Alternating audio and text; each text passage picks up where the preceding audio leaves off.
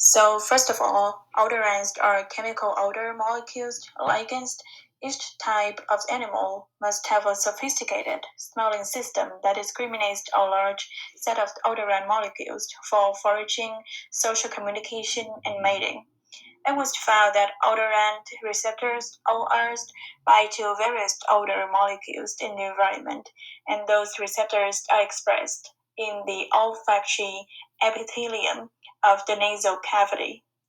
Mammalian odorant receptors can be clearly classified into two groups, Class 1 and Class 2. Class 1 smelling receptors tend to bind to hydrophilic odorants, and Class 2 ORs bind to hydrophobic odorants. African elephants have a large number of intact smelling receptor genes. It's actually around 2,000 genes.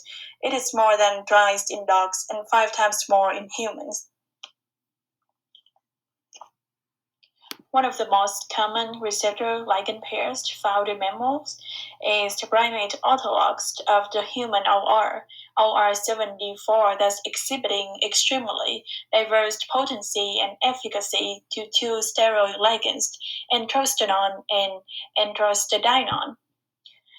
So, what kind of smells do the elephants prefer? They actually prefer the odorants that are signaling social communication and reproduction. For example, female Asian elephants release a pre-ovulatory urinary pheromone Z712AC to signal males that they're ready to mate.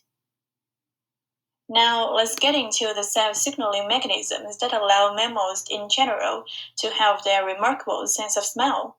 Located within the nasal mucosa, odorant binding proteins are responsible for initiating the transduction pathway involved in the olfactory process.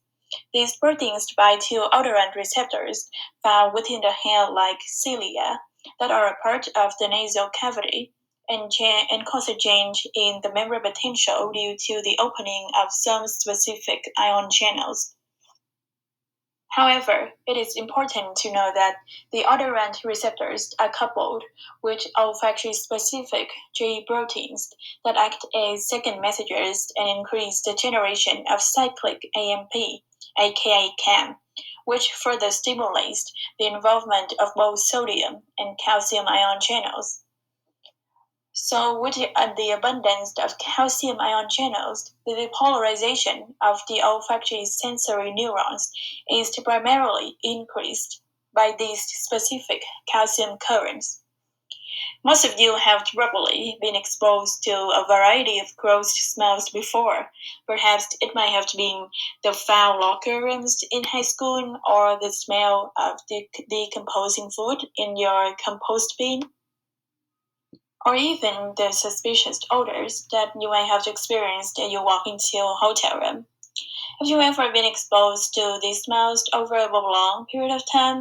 Your olfactory system is actually undergoing adaptation, which is your body's physiological response for dealing with such gross smells.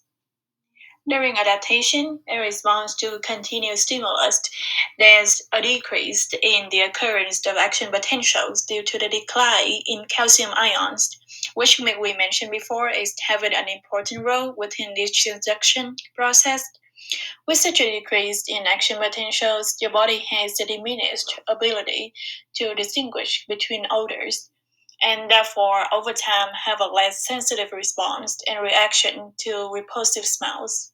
So don't forget to thank your olfactory system the next time you smell some dirty old socks. It's actually your first line of defense in times of need.